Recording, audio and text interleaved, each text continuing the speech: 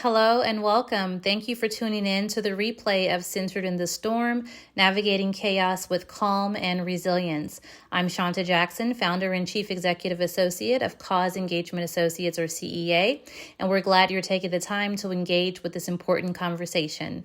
Let's begin. Okay. And at this time, I am honored to introduce today's facilitator, Walter Williams. Walter is a psychotherapist, life coach, and one of our trusted associate consultants here at CEA, where he serves as the senior mental health and well-being associate. He is the founder of and principal of Think and Grow LLC, a mission-driven practice focused on cultivating mental fortitude, personal growth, and holistic wellness. In 2024 alone, Walter delivered 630 client sessions. That's over 36,000 minutes of direct care, over 600 hours. And in his career, he has facilitated more than 50 workshops on mental health, resilience, and healing. And he brings deep experience. He's a servant leader. And he has a servant leader mindset as well that he definitely demonstrates, and a passion for helping individuals and communities thrive. And at this time, I'll turn it over to Walter to guide us through this timely discussion. Thank you. For sure. Thank you, Miss Shanta, and welcome all. What a wonderful introduction. That's me. I'm gonna be high level today. We got a strong hour, a little bit less, and I won't be in your way too long. But I am Walter Williams, as she mentioned. Um, my purpose in life is to help people reshape and restructure how they think, how they perceive, how they may understand things, to see how it positively impact their body and ultimately uplift their spirit. This passion comes from my upbringing and all of the things I've endured and experienced that has gotten me here. I won't spend a lot of time talking about that today. We'll say that for another time. These are some photos of what motivates me, my why, what gets me going every day, my beautiful family, my son Cairo, who's a joy. He's approaching that age too. So if you have children, you can imagine what I'm going through right now. But it's a wonderful, wonderful time. I enjoy kicking it, traveling with my friends. I miss my friends so much.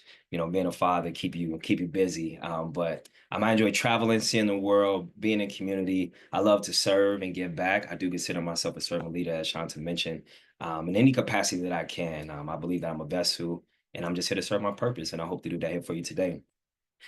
Today, we're just going to understand mindfulness. We're going to just jump into that. We're going to talk about building some emotional resilience. And hopefully give you some ideas of some things you can consider to put in your toolkit as you're navigating just the times we're in, as you're navigating life, as you're navigating personal, professional, or whatever it is that you may be experiencing. Again, I'll be high level and to the point. I'll try to save some time at the end to address any questions. But if you are able to engage with the chat, if you have questions, thoughts, if you want to affirm something, or if something is said that may not sit well with you, you may want to challenge it. You're more than welcome to do so. I love to invite people's voice and energy into the space because we're going to journey together. We're going to journey together during this. But let's dive in. Let's dive in. We are in a very interesting time, and I think in our society, in our world. I think on a personal level, on a professional level, and I heard someone consider or frame it that we in a groaning state as a world. Weather is crazy. We seeing storms and hurricanes and fires that we had never seen in our lifetime, some of our lifetime, maybe. We seeing a political unrest. We seeing people turn against each other, all type of things. Um, the economic instability, not sure how we gonna make it happen, how to pay our bills. I can't tell you many times a few of my clients I'm speaking with who are just like, yo, it's hard out here. It's rough, and trying to figure out how to sustain and how to maintain. I'm making money, but I can't see my money, right? So this unsettling feeling that one has with the many things that's going on in the world, there's disconnection.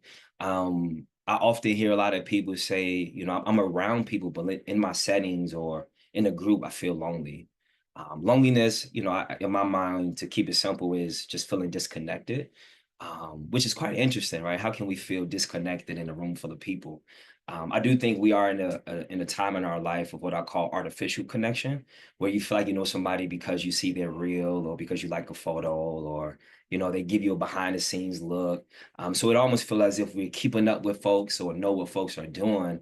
But the reality is, do we really know? Are we really connected? Are we really getting to know each other and spending time learning of one's journey? Um, and I think this can cause one to feel as if they in tune with someone, but still feel that loneliness, that disconnection. It's a global uncertainty that I think we are all up against. What's going to happen next, or what's going to be the latest news of the world of the politics and all of that. And I don't want to get into the specifics to not offend anyone, but we are in a time where loneliness is considered an epidemic. And I see this a lot with our men, where men are feeling lonely, feeling disconnected, feeling unseen, feeling unheard. I'm seeing it a lot on the women's side as well, knowing that a lot of women are on the front lines, doing the work, leading, taking charge. And I'm also aware that, I think women are in a space where, you may be tired of putting the burden of everybody else on your back, and you're in a space where you're finally trying to figure out, okay, what must I do to sustain and take care of myself and make sure I'm good, right? Um, I think a lot of this unrest and a lot of the chaos that we're experiencing, makes me wonder what is it that we're consuming. Um, Not just what we consume physically when we're eating, but what are we listening to? What are we watching? What are we reading? What are we spending our time with? And how this begins to evoke this feeling of fear that we can begin to happen. And if you watch news or read things, a lot of it is fear based. And it's to keep you that way because when you're scared, a lot of times we shut down or we withdraw or we isolate or we worry, and that can become a distraction for focusing on the things that we really need to focus on, or tending to the matters that we need to tend to, or as somebody I heard say, keep the main thing the main thing. And I think as we recognize that some of it is fear driven, I think it brings to question our faith. I'm of the belief that faith and fear are two sides of the same coin. And if we're not careful, we can sit on the side of fear and it can cause us to disintegrate or withdraw from the things that we may know we want to do, that we know we need to do. Whereas faith moves us closer. And I could bet my bottom dime if each of you just take a moment to think about where you once were in your life and where you are now, and you just ask yourself, how did I get here? How? My grandma used to say, we come this far by faith. Just leaning on, not even our own understanding, right? So when we begin to think about it, my question becomes to you, are we being led by fear or do we begin to lead ourselves by faith? It's just a rhetorical question I want you to think about. With that, it makes me think about mindfulness. So what is mindfulness? I'm gonna just be high level with it. It's a it's a practice of being fully present and engaged in the current moment, right? So being aware of your thoughts, being aware of your feelings, your body sensation. So if each of you right now could just take a deep breath in, exhale, and just kind of do a mental scan of your body. Where am I feeling tension? Where am I maybe feeling aches or where's my energy at? Right. It allows you to just be aware, but the key or the secret to mindfulness is doing it without judgment, right? Because the moment we begin a judgment, we create an attachment to it. So I think about a lot of what's going on in the world right now and how it can cause us to judge it and have a reaction to it. And it then causes us to begin to feel some type of way, anxious, nervous, etc.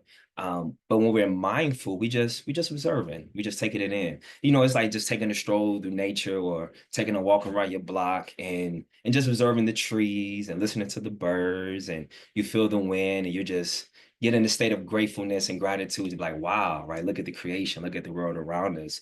And that's you just observing without passing judgment or without creating attachment. I do think we're in a place where we have to learn how to detach from things and how to cut off our emotions, our emotional attachment to things, people, maybe. And it isn't that detachment is apathy, but it's really just being able to observe without being consumed by what's going on, right? And I think a lot of times the moment we become consumed by it, it sits, right? if you're thinking about food, right, the moment you eat something that may not settle well with you is in you, and what's in you got to come out, right? So if we're consuming things that's not healthy for us, if we're consuming information, listening to information, talking with people that's feeding us negative or unhealthy thoughts and experiences, some way, somehow, we may find ourselves being attached to it and being consumed by it, and it can begin to ooze out of us and come out in ways that we may not know. Um, I think about as kids, a lot of our rearing and conditioning comes from the validation of our parents, our loved ones, our guardians, whomever may have raised us. And I think we learn to begin to seek external validation. Oh, you're doing good. My son, when I be like, dance for me, son, or put his little song on, he got, we call him like Cairo wiggle. He get the wiggling and whatnot. But that external validation is building him up. But at some point in his life, he's going to have to turn to the internal and figure out, how do I validate myself when no one else is here to cheer me on? How do I begin to encourage myself when there's no one here to say, hey, you got this? Because sometimes people project their fears and their lack of dreams and all of that onto us. And sometimes it can be done from our family members, our parents, friends. I think about people who are big visionaries who may share that vision with someone, and they'll be like, why you want to do that? Or you sure you can do that? You sure you want to go back to school? You sure you want to get married? They begin to ask it as if you don't know what you want to do and how you want to do it. So we have to be careful of what it is we consume ourselves with and who we begin to consume ourselves with. And I'm just here to challenge you today to think about, how do you begin to um, create that detachment from things that may not be serving you? How do you begin to disconnect from people who may not help us or be what we need to move us along the way? Um, but I'll stop there because I'm finna go on and on and on. So mindfulness, just to continue here, a mindful practice, something that I want to encourage you to consider in your day to day. If you could, just once again, just take a deep breath in, nice exhale out. And my question to you is, how much did you pay for that? What did that cost you? I think our breath is a resource that we're connected to, that sometimes we may take for granted until we gasping for air and we can't breathe or we feel like we're suffocating. But our breath is what helps us to control our nerve system. It helps us to bring our stress to a regulated state. And sometimes in a moment we may find it difficult. But you may notice about yourself. Sometimes we have what we call constricted breathing, where we're restricted in how we breathe, which means we're not giving our bodies enough oxygen to flow, to allow the blood to flow and move. And that breath just helps to disrupt.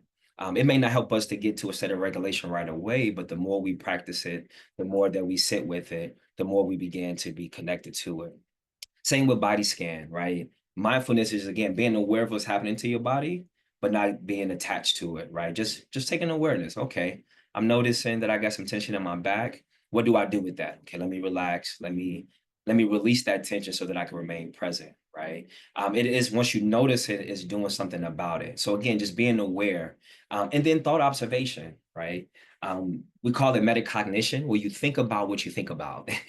you know, when when we ask ourselves in therapy, when working with clients, when we're working to try to get to the root of whatever the problem may be, or whatever the struggle is at the time, as a provider, I'm in position to be able to observe thoughts and listen to it, and then question it.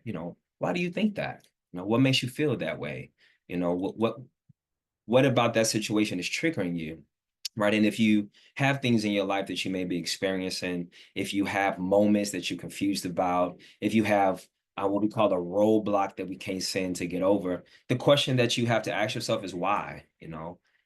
Why don't I think I'm the greatest at what I do? Right? Why do I believe I'm insecure, or what is at the root of my insecurity? And as you start to peel back those layers and get to the core of what that is, now we're working with something, right? Now we get a chance to poke at the very thing and ask ourselves, does this belief or this idea serve me? Because what may have helped in one season may not be what help you in this season, or who may have been there in one season may not be who you need in this season, right? So just being able to observe our thoughts, again, without attaching judgment. And I think a lot of times that's where we miss that, when we create that judgment, because creating that judgment evokes an emotion.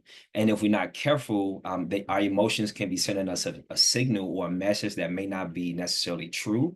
And we have to challenge that. We have to question that. And I think as human beings, emotion is energy in motion. So we have to be mindful of the energy that we're deriving for ourselves and from ourselves to others. And that thought observation helps us to begin to sit with that and to unpack that and to understand that a little bit more. I hope that makes sense. If so, drop it in the chat if you got questions or thoughts. But I'm gonna keep us moving. Building emotional resilience. Um, William Ernest Henley say, "I am the master of my fate, the captain of my soul." Uh, to master one's fate, to be the captain of one's soul, I think it becomes important that we begin to learn ourselves. And I think that's one of the hardest jobs that we was never told about, right? In our rearing and growing up, we often train you go to school, you take a lesson, you regurgitate what you learn, you get graded.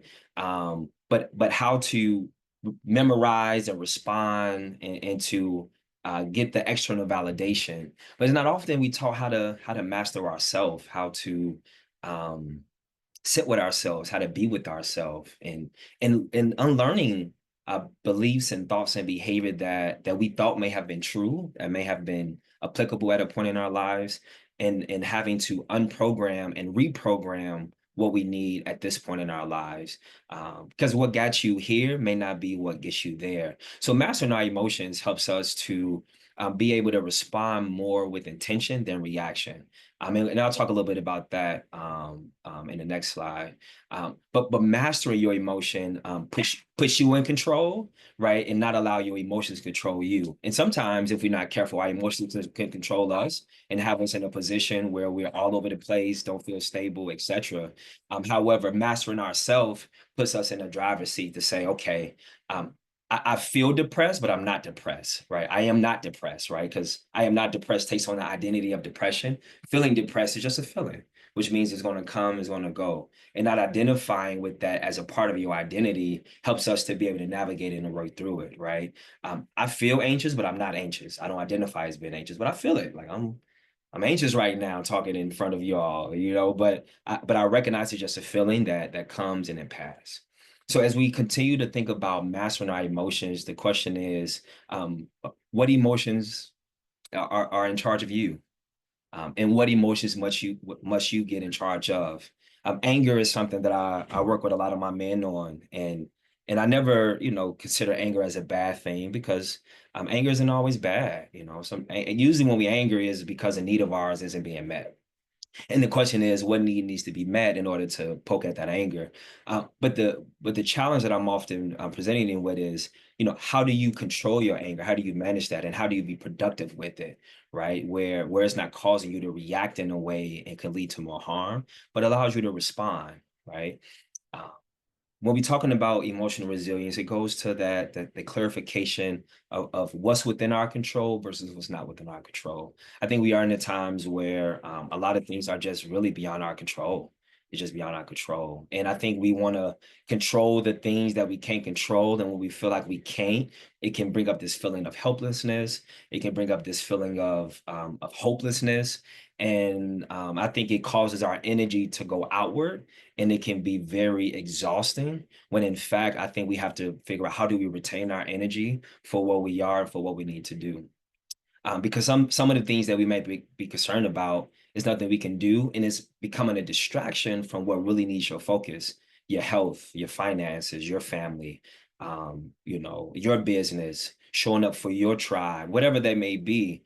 Because where our attention goes, that's where our energy flows. And if we're not careful with what's capturing our attention, it's exhausting us, and we're depleted, and we're wondering why we're so tired. And a lot of times it's because our attention is going to a place where the return is not good. It's not good. It's a poor return on your investment. I was reading a book, and it was talking about how we often view time as one of our biggest assets. And I don't disagree with that, because time it's an illusion. We all get the same 24 hours. But he challenged it by saying that the energy we have is our most precious resource and asset. Because once we give our energy, same with our time, we can't get it back. And because we are energy in motion, right? We're emotional beings. Sometimes we have to be careful of how do we put ourselves in position of exchanging energy with situations, with people, with news, with information, because it can cost us. It can cost us. And then it can cause us to begin to question our own self-worth and our own self-value, right? Our own principles and the things we live by.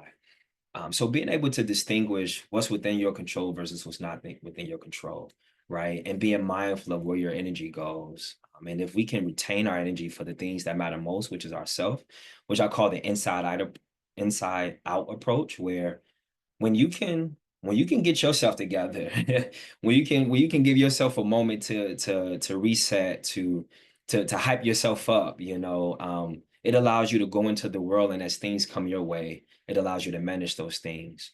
It allows you to be able to respond to those things in a very, very effective way.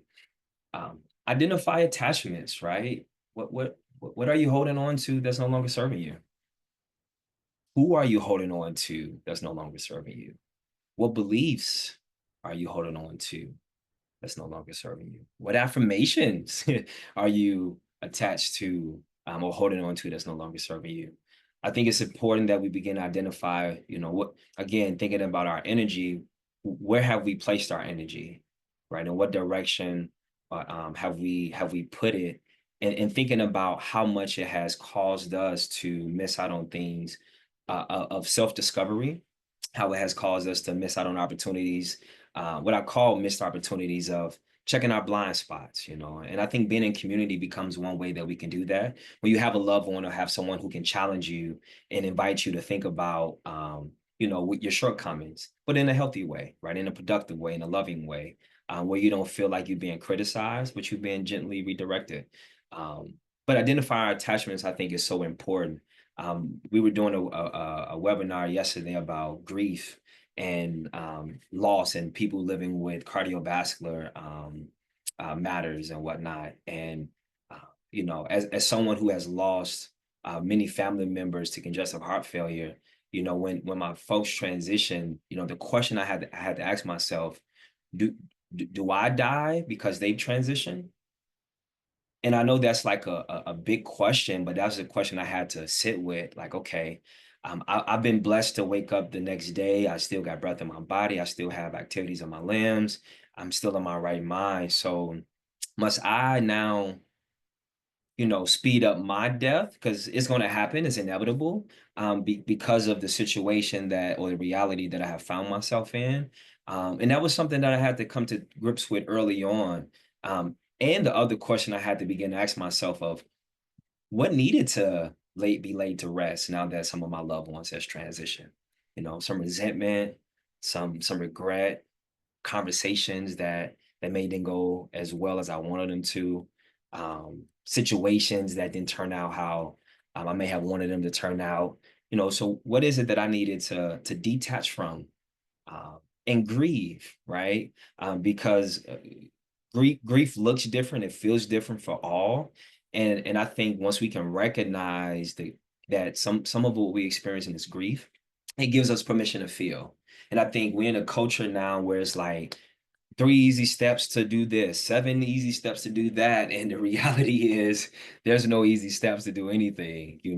And a lot of what I'm sharing here today, it may not be easy for you to conceptualize or even apply, because as they say, it's different strokes for different folks. But there is something, and I think as you learn to master yourself and understand yourself, you begin to figure out the things that work for you. Right, you begin to figure out the rhythm you need to operate in and flow with to keep yourself centered, because the moment you get the moment you remove from the center, that's when things start to collapse. That's when things start to fold. And if you can keep yourself at the center or at the core, right? What comes from you is energy that the people around you begin to feel. And if you're in good company, it could be reciprocated and it could be given back to you tenfold. To just go a little bit deeper on this react versus respond, I found myself, for a bit, reacting to a lot of what's going on in the world. Almost weekly, my wife and I having conversations of, Yeah, we made some money this week, but where that money at? We can't see it. We ain't got nothing to show for it, you know. Talking with clients who have businesses who are like, I'm invoicing, it's being paid, but man, and eh, just having that reaction and recognizing where that reaction come from. I think for me, as a trauma response. I mean, I grew up in a drug infested household and a impoverished community. So the money that we had was hustle money, drug money, so it came and went. So I never seen like generational wealth or sustainability in that capacity. So a lot of my reaction is rooted in my wounds and in my trauma, which for me, it makes me have to step back and check my blind spots. Okay, am I reacting based on an experiences I've had in my past that no longer serve me now?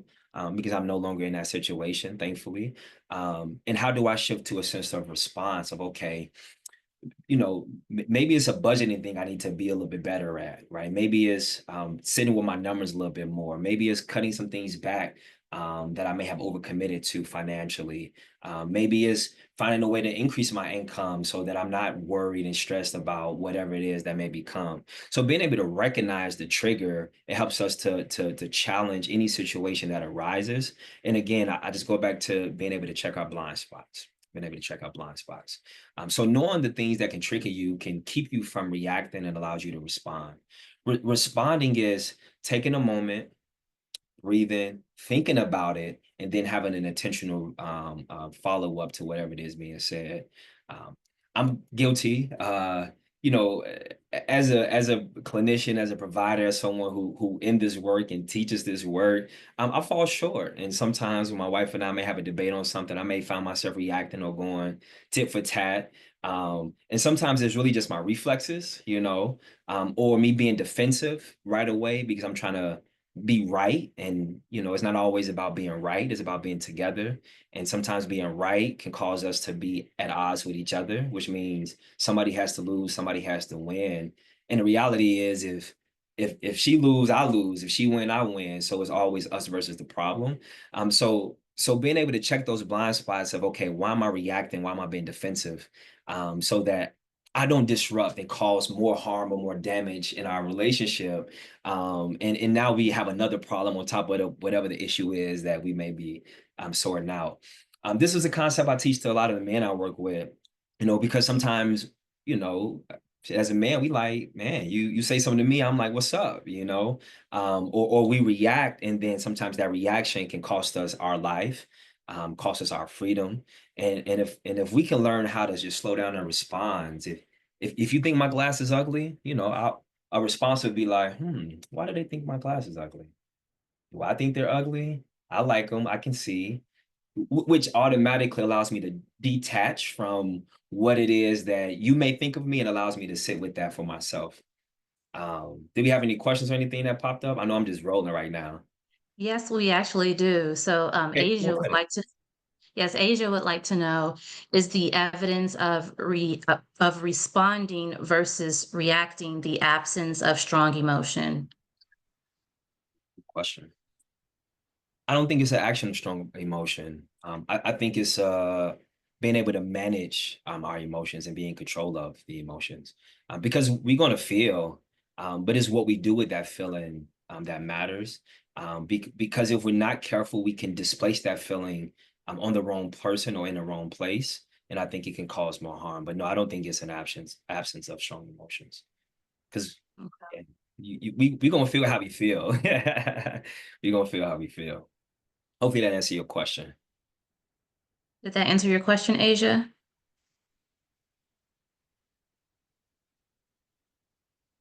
She said yes. Thank you. Yeah, right on, Asia. Thank you for the question. Yeah, that's a great question.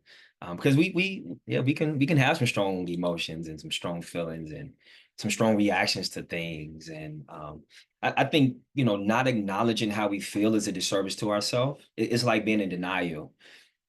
When something tragic happened, oh, I'm good. Are you really? Excuse me. So I think we have to acknowledge and recognize the place that we're in, because if we don't know, how can we do something about it? I know when I found myself. Well, let me put it this way: because of the life I've lived and what I've experienced, I know deep, deep down inside of me, there's this aggression, like, oh my God, that I know is there because there's so much that I wanted to do, couldn't do, so much trauma I've experienced. And you want to, oh, but because I know that, I have to contain it. It's a very strong emotion, but I had to figure out, how do I begin to express myself? How do I begin to release this in a productive way? Because I don't want that to come up and come out and cost me my life or someone else's life, right? And I'd imagine many of us who may be on this call may have this deep emotion to something that may have happened in our life, and there's nothing we can do about it. But because we can recognize that it's there, the question is, what then do you do about it? So I find ways to express myself, being active in the gym, being in opportunities like these, being in a community, reading, deprogramming what I've learned of how a man should be and move so that I can learn new ways of being present in the moment, right? That mindfulness we're talking about. So yeah, but amazing question. Amazing question. Let me keep rolling. Anything else, Miss Shanta, that may come up? So I know I'm just rolling right now. Hope this is good. No, I think you were I forgot where you were at. You probably know where you were at. But I also wanted to, as it relates to reacting versus responding, and you kind of mentioned, so as we mentioned, a lot of the folks on the call are in human and health and human services in the field, whether they are public health professionals, nonprofit, or government, state employees. And so a lot of their colleagues have been impacted with changes from, cuts from funding, for example, or a lot of us are just we're experiencing a lot of changes in our current programming, in our current workspaces, whether we're in HR or whatever it is that we are. Could you speak to reacting versus responding in those type of environments? Yeah, wow, that's a really good question. Um, I think it goes back to just taking a step back and identifying and recognizing again what's within our control. Um, I think is also an opportunity to normalize and to be in community with others who may be experiencing that. Because being a leader, it can feel lonely. Um, Yet I'm of the belief that being a leader can feel lonely, but you're leading, and leading is lonely sometimes.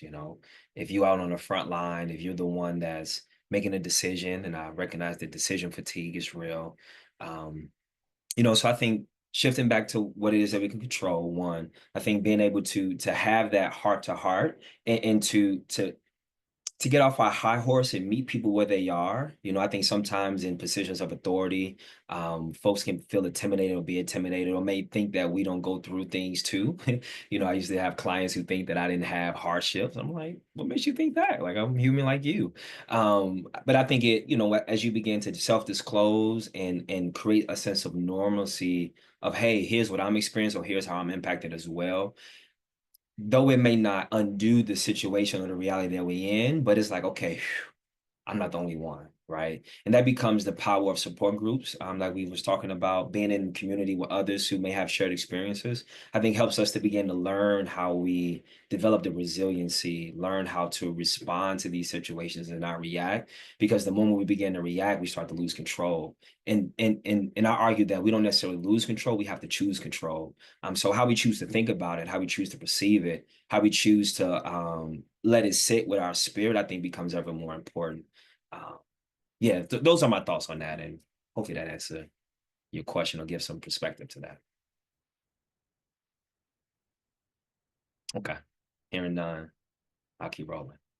Okay, so yes, respond versus react. Thank you for the dialogue. I love it. I feel like I'm just yapping away to myself, but no, I appreciate the engagement from you and from others in the chat. So yes, consider responding. And again, this is a high level concept, and please follow up with us if we want to go deeper on any of this. I know I'm just kind of shooting some things your way, but just trying to give you some things to add to your toolbox, or some mental shifts or some paradigm shifts as we navigate the time we're in. With that, I just want to invite you to think about the power of 10%. The power of 10%. Um, this idea comes from the biblical sense of, bring your tenth to the storehouse or pay your tithes, which is a tenth, and give the first, if you will. And I think about how often we give ourselves the last, and I get it, want to be humble, or don't want to be selfish, but I believe that if we don't give ourselves the first 10% of a day, the first 10% of our finances, right? I think we begin to do ourselves a disservice. Oftentimes I hear my clients who are sleeping to the last minute, wake up, hit the door running, and it shoots their anxiety up, shoots their stress up. And I really try to help them to see, okay, can you give yourself a little bit more time in the morning where you allow the day to come to you? You don't have to rush to it. Because if we can give ourselves the 10%, I think in 24 hours, 10% is like an hour and 26 minutes or something. And which is not a lot of time, and depending how you break it down, we got 8 hours to work, 8 hours to sleep, 8 hours for our leisure and pleasure. We can find an hour, 26 minutes somewhere, and it doesn't have to be consecutive. But being able to find a way to sit with yourself, to learn yourself, to consume something that can be edifying to your mind and penetrating to your heart, making a commitment to better your finances, to strengthen your spiritual walk, to be more present in your family. I think if we decide that we want to give ourselves the first 10%, the 10%, the first 10%, we still have 90% to share with the world. And even if we don't share it, they're gonna take it anyways in some capacity or another, right? Especially if we are leaders, if we are those are in charge and whatnot.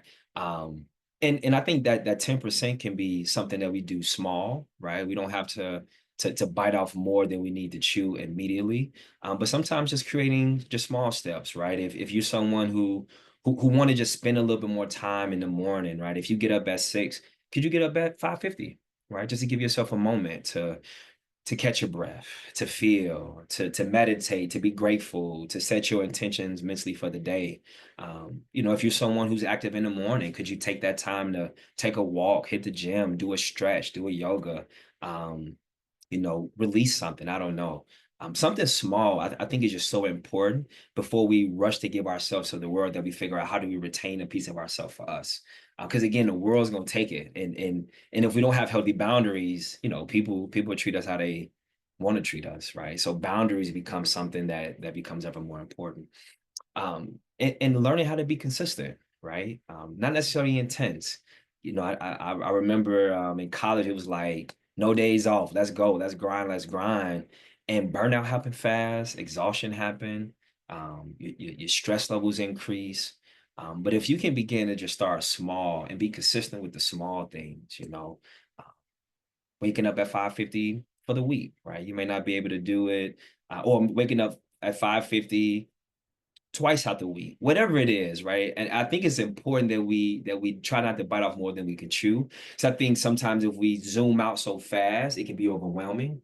And then sometimes when we too much on the details, so it's how do you find your way? How do you find your balance in the middle, right? And how do we find a way to be consistent and show up daily for ourselves? And I think the value in that is discipline. Where motivation lacks, that's where discipline kicks in. I'm someone who worked to master this often. I take my health a little serious. And I was just sharing with the group last night. My mom, my sister, and my brother all died of congestive heart failure. And when I was in college, I'm like, oh, I'm finna hit the gym. I'm finna look good for Panama City Beach, so I can have my shirt off. And then afterwards, I venture off and no longer was participating in the gym. But once I took a step back and understood my why is it important that I take my health serious? Okay, I want to outlive my folks. I want to beat cardiovascular disease. So as I began to establish a good why, I had to think about who I must be, to uphold that why. I had to begin to think about how that why will automatically give me the results that I need. Because if we're chasing results, in my opinion, respectfully, I think we're chasing the wrong thing. But if we're chasing a purpose, if we're chasing an intent, right? If we have a meaning behind what it is we're going after, it just changes the energy, right? Which allows us to fall in love with the process and not always just the outcome, because the outcome may not be what you thought it would be. Uh, success doesn't feel like what you think it may feel like. I've been in business for myself for 5 years and it's been great, but I promise you don't feel like I thought it was going to feel like at all.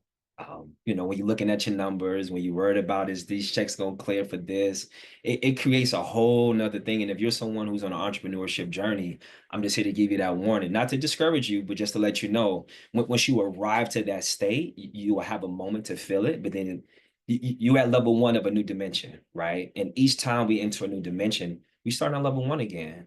And we have to learn ourselves at that stage, which also means we have to begin to detach from people, places, experiences that may no longer serve us. Celebrate the small wins, celebrate the progress. Anyone who talks to me or listen to me hear me say all the time, it's about progression, not perfection. And we can't let perfection be the enemy of good, right? I think sometimes we want things to be just spot on. And sometimes we just have to be okay with it just is what it is, which keeps us at that space of detachment. And I've had some friends like, I can't stand that statement. It is what it is. But if you really sit with it, it is what it is. That means like I have no attachment to it. It has no attachments to me. I'm just observing it. It's just what it is, which keeps us in a state of mindfulness and helps us to navigate things as it comes our way. But celebrating your progress, celebrating your wins is so, so important. Looking at it from a 1% standpoint, 1% and 1% and 1% is going to give you 3%. And you may not see it on a daily basis, but if you take some time and just reevaluate and assess where you are, you a lot farther than you may give yourself credit for.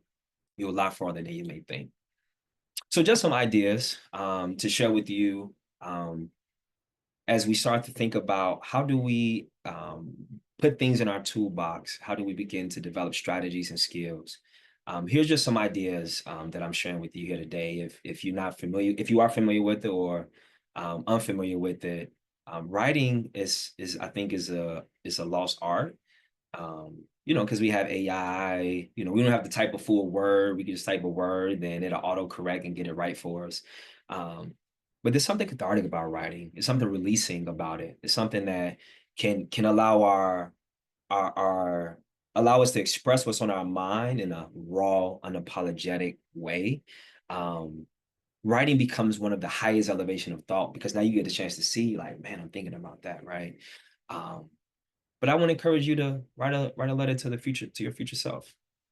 This can be to your future self or from your future self, which does what? It then challenges us to see ourselves visually or to imagine ourselves as the highest version of that of us, which means that that's a place that we want to get to. And the challenge is how do we bring that version of ourselves to the present, right? Sometimes I'll be talking to my homies, I'm like, man, you doing well, bro. He's like, man, I'm trying, man. I'm trying. Right. And I'm of the mindset now, trying, cool, but it's either you do or you don't. It's either you doing it or you're not doing it. Right. So I think about goals and things that people may have set coming into the year. I think about aspirations people have. It's either you're doing it or you're not doing it. Right. I don't think there's anything in between. I do believe that nothing beats a failure but a try, but you're doing it. Right. But besides the point, that visualization, I think our imagination is a mental faculty that we may not tap into often because everything is in front of us, right? There's not a lot left to imagination no more. And when we were a kid, well, when I was a kid, I can't speak for you. Our imagination is what got us through the day, Pretend you driving a car. What do you see? Or, you playing cowboys and whatnot, whatever the games were. But the fact that we were able to, in our minds, see ourselves as somebody or something that was bigger than what we were at the time allowed us to escape the reality of it, right? The realness that we were sitting in. And that doesn't mean we can acknowledge it, but when we can use our imagination to just meditate on, okay, can I see myself, being in charge of my own business? Can I see myself heal? Can I see myself letting go of hurt, pain, resentment, things or people that's no longer serving me? Can I see myself walking in a boardroom like I own it, walking in a building like I own a place, right? If we can begin to see ourselves there, that means you've already gone to that place in your mind, right? And when you can embody that in the moment and in the present and be that, when you talk about human beings, that's you being what you're called to be, right? Because if it's been blessed in your mind, you can certainly hold it in your hand. We all standing in someone's dream. We all standing in someone's idea, right? The fact that we can meet virtual like this was somebody's idea. Somebody had it in their brain, like, what if we do that?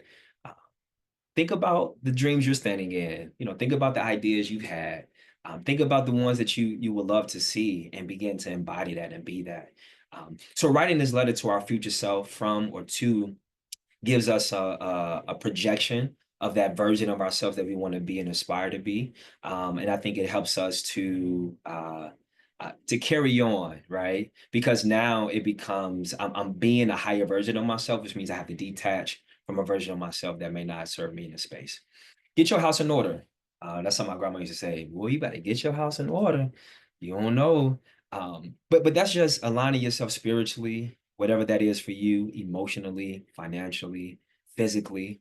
Uh, People that hear me talk, I always say, health is the table we set.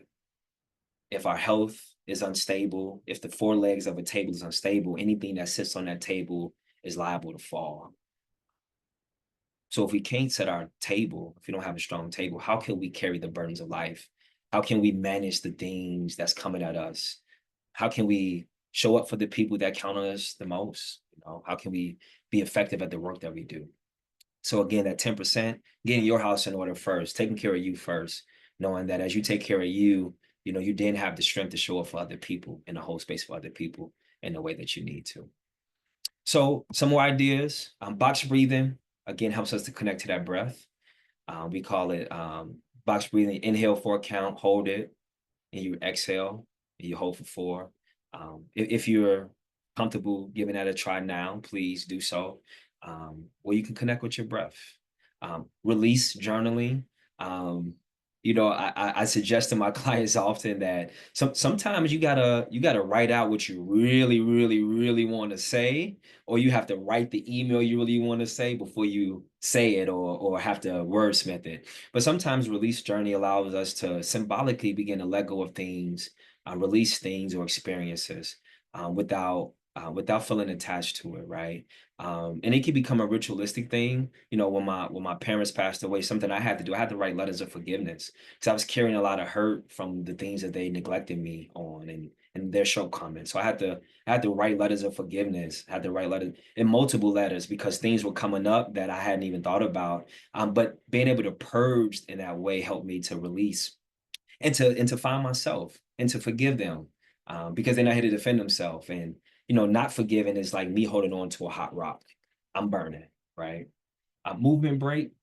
This man, I'm all about moving the body. I used to dance back in the day. Don't ask me to do too much now, but stretching, walking, um, Zumba, work classes, hitting the gym, boxing, whatever it is. Again, because we are emotional, we are energy and motion. Being able to express ourselves in a physical way. Sometimes we may not know what to say. Sometimes the words may not flow like we needed to, but being able to find ways to express ourselves, art, right? Music.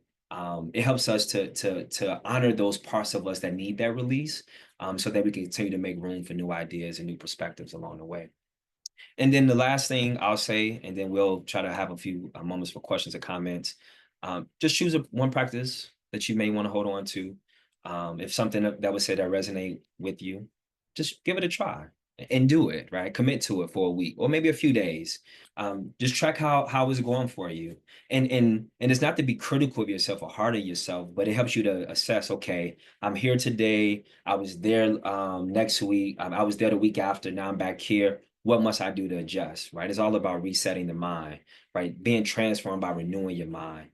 Be willing to share with others. Your story may be the breakthrough someone needs to get them where they're trying to go. Your testimony may be the encouragement someone needs to just carry on. And be kind to yourself, people. Be gentle.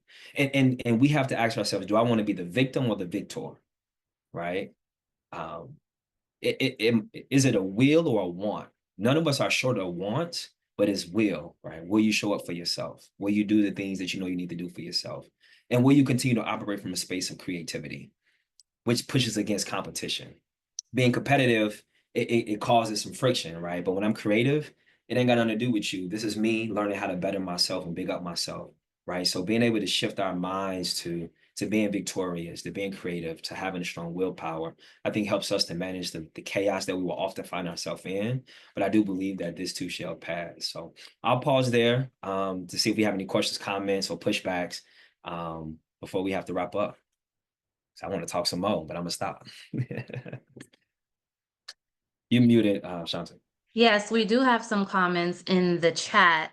Um, Please. when when you were speaking about consistency, Asia, we did mention that comment. She said that consistency is key, and Carrie Ann says that consistency is my challenge. Mm, And so they were just kind of, that was like a little chat in the to each other. But then when you were talking about celebrating yourself, Tanya, she put her hand, she's clapping in the chat, she's celebrating herself. And just know that we are also celebrating you all as well. And Asia says that consistency is her challenge as well, and she's working on it daily. And then Asia, when you were talking about forgiveness, one of the questions that Asia has is, how do you define forgiveness? And I'll keep and the follow-up question or comment to that is, so how do you define forgiveness? And there are things I've thought I've forgiven people for, but I think about it, but if I think about it enough, some of those feelings and emotions will arise again. great question, Agent, and thank you for that. I define forgiveness as letting go of the hope of a different outcome. That's how I define it. You know, we hope and wish things would have been differently. Um, that's that shoulda, woulda, coulda. And I think for me, forgiveness is just letting go of the hope of experiencing something different. And I think letting that go and letting go of the hope of that helps me to carry on just a little bit more. My mother was a drug addict, and I used to always just pray that she got sober before she lost her life. And I didn't see it in my lifetime, and I carried that resentment and that hurt and that pain for a long time. And once I was like, I have to let that go because for whatever reason, I didn't get a chance to see that, and me hoping of a different outcome, and I was met with the reality of her transitioning. It just helped me to relieve myself from being attached to that moment in time. Um, so yeah, that's how I define it. That's how I define it. It's natural to have those emotions. That's something I still have emotional reactions to things I think about from my childhood. But it's not realizing that it's just something that I pass through.